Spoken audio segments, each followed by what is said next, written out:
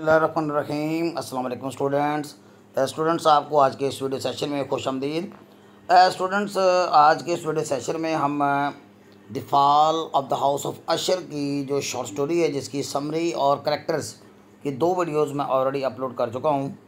इसका एक मैं ऐसा क्वेश्चन आपको यहाँ पे आपके लिए तैयार किया है जो कि तमाम क्वेश्चंस का आंसर होगा, यानी one answer for all the questions, यानी all the highly expected question जो हैं which have recently been asked by the university, और जो हाईली एक्सपेक्टेड भी है वो मैंने स्टूडेंट्स इसके अंदर डाले हैं। स्टूडेंट्स ये वीडियो जो है ये स्क्रीन से मैंने यानी ली है क्योंकि यहाँ पे नेट का काफ़ी ज़्यादा इशू है और बच्चों के पेपर करीब हैं, and there are so many students who are giving me the request to upload at least one or two questions on the story The Fall of the House of Usher by Edgar Allan Poe.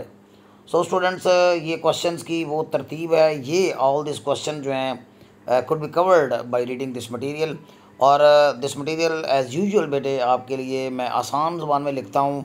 आपने मेरी तहरीर मेरे notes में और मेरे जो आपके lectures हैं उसके अंदर आपने देखी होगी, वो according to the calibre of the average students के लिए भी फिट होती है, और इवन जो हमारे जो ब्रिलियंट स्टूडेंट्स होते हैं those who are very hard working वो भी इससे काफ़ी ज़्यादा बेनिफिट लेते हैं। तो स्टूडेंट्स विदाउट वेस्टिंग टाइम मैं आपको क्वेश्चंस बता देता हूँ। Critically discuss the end of the story the fall of the house of Usher, यानी ये जो कहानी है the fall of the house of Usher उसका जो एंडिंग है जिसमें वो घर गिरता है और वो डिमोलिश हो जाता है और वो क्लैप्स कर जाता है, उसकी सिग्निफिकेंस क्या है उसको डिस्कस करेंगे। और what is the single effect of the story, इस कहानी का सिंगल इफ़ेक्ट क्या है, यानी इस कहानी को पढ़ के आपको कौन सा जो पहलू है वो आपके अंदर जो है वो आपको महसूस होता है, उसका एक इफ़ेक्ट क्या होता है। सप्लीमेंट्री 2019 में आया है। How does the fall of the Usher reflect the gothic style of story telling, ये gothic style of story telling वाला जो क्वेश्चन है ये इंपॉर्टेंट है, ये हाईली एक्सपेक्टेड है स्टूडेंट्स इस बार। तो gothic style of story telling क्या होता है मैं अभी आपको इस वीडियो के आंसर में ज़रूर आपको बताऊंगा, और थीम्स का मटेरियल भी मैंने यहाँ पे शामिल कर दिया है। स्टूडेंट्स इसका इन तमाम क्वेश्चंस का एक ही आंसर मैंने यहाँ पे आपके लिए मुनासिब वर्डिंग में चूँकि मैंने डाल दिया है, और ये मजबूरी है स्टूडेंट्स कि मैंने स्क्रीन से ही फ़ोटो लेके अब काम चलाया है, तो आप भी इस पर गुजारा कीजिएगा। अल्लाह करे आपको कामयाबी नसीब हो, और अगले साल फिर जब नेक्स्ट ईयर को अगर कोई पेपर देगा आपके जो जूनियर्स जो हैं they will come into part 2 and I will upload this material again for the students as well. The story belongs to the gothic fiction, ये स्टोरी गोथक फिक्शन से बिलोंग करती है। गोथक फिक्शन कौन सा होता है, विच कंटेन्स हॉरर, जिसमें horror होता है, टेरर होता है और सस्पेंस होता है। ख़ास तौर पे हॉरर एंड टेरर वाले जो एलिमेंट्स होते हैं उस गोथक फिक्शन का एक इम्पॉर्टेंट फीचर होते हैं। और the writer who adopt the gothic style, और वो जितने भी राइटर थे जिन्होंने गोथक स्टाइल को फॉलो किया ऑफ स्टोरी टेलिंग, ये कहानी सुनाने का जो अंदाज़ है, फॉलो होरेस वालपोल। ये स्टूडेंट्स अगर आप इसका हवाला दे देंगे इस राइटर का, होरेस वालपोल का, तो क्या ही बात हो जाएगी। और ये 18वीं सेंचुरी का स्टूडेंट्स एक बहुत बड़ा जो है वो राइटर हो गुजरा है, नॉवलिस्ट था, उसने एक नावल लिखा था उस ज़माने में। अब हम ये सेकंड पेज में चलते हैं, तो उसने एक नावल लिखा था, उस नावल के अंदर स्टूडेंट्स उसने स्टोरी टेलिंग का ये आर्ट, ये एक तरीका, ये टेक्निक मुतारफ़ कराई थी, गोथक स्टाइल वाली हॉरर एंड टेरर वाली कहानियाँ जो हैं वो दिखाई थी। ही वॉज एन 18वीं सेंचुरी ऑथर, 18वीं सेंचुरी का ऑथर था। ही रोट अ नावल, उसने एक नावल लिखा, namely the castle of Otranto. Otranto note कर लीजिए, ऑटरेंटो यानी ऑटरेंटो का किला। एक ओरेंटो एक करेक्टर, ऑटरेंटो एक करेक्टर वहाँ पे दिखाया गया है इस नावल के अंदर, तो उसका एक किला उसने दिखाया था, द कासल ऑफ ऑटरेंटो। तो यहाँ पे किला तो नहीं है, लेकिन इस कहानी के अंदर the fall of the house of Usher है, अशर फैमिली के घर का इनादाम होना, अशर के फैमिली के घर का गिर जाना।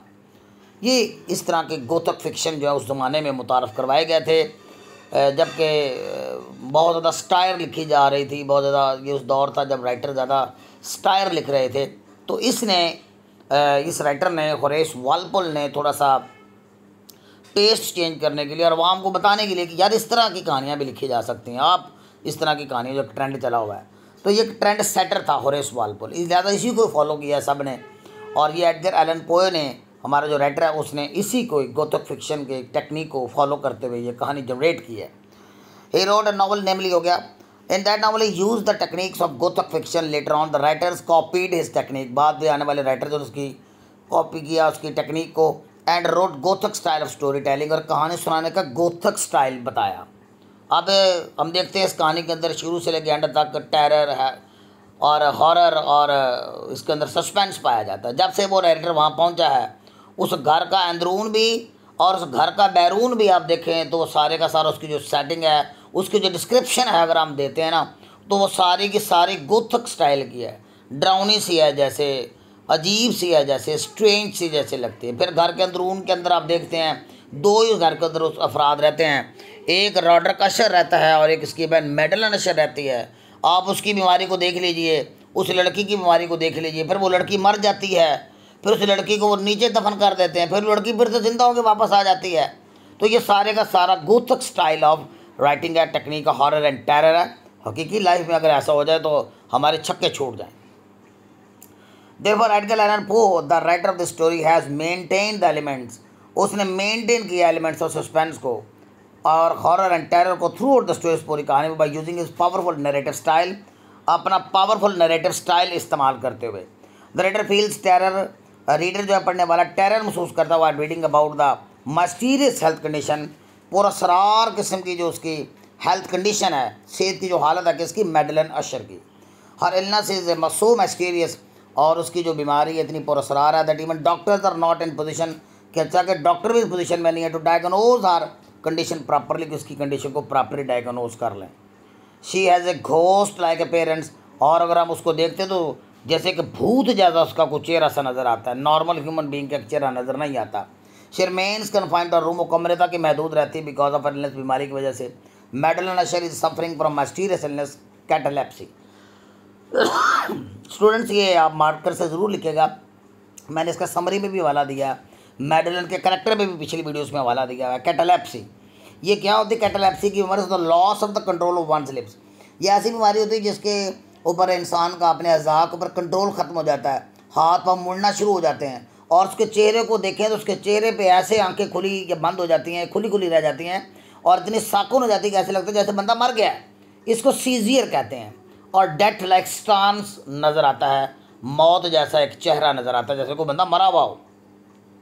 दैट कॉजेज सीजियर, जिससे जिसम जैसे सीज हो जाते हैं, जकड़े जाते हैं। डेथ लाइक ट्रांसेस, और ट्रांसेस जो होते हैं वो डेथ लाइक हो जाते हैं। Eventually she undergoes a seizure attack, उसके ऊपर एक सीजियर अटैक होता है, और सीजियर अटैक के नतीजे में मैडलन जो है वो उसे वैसे तो वो मुर्दा हो गई थी, उसे मुर्दा समझ के उन्होंने दफना दिया था, लेकिन बाद में वो जिंदा होकर वापस आ जाती। ये बड़ा एक सस्पेंसफुल चीज़ थी।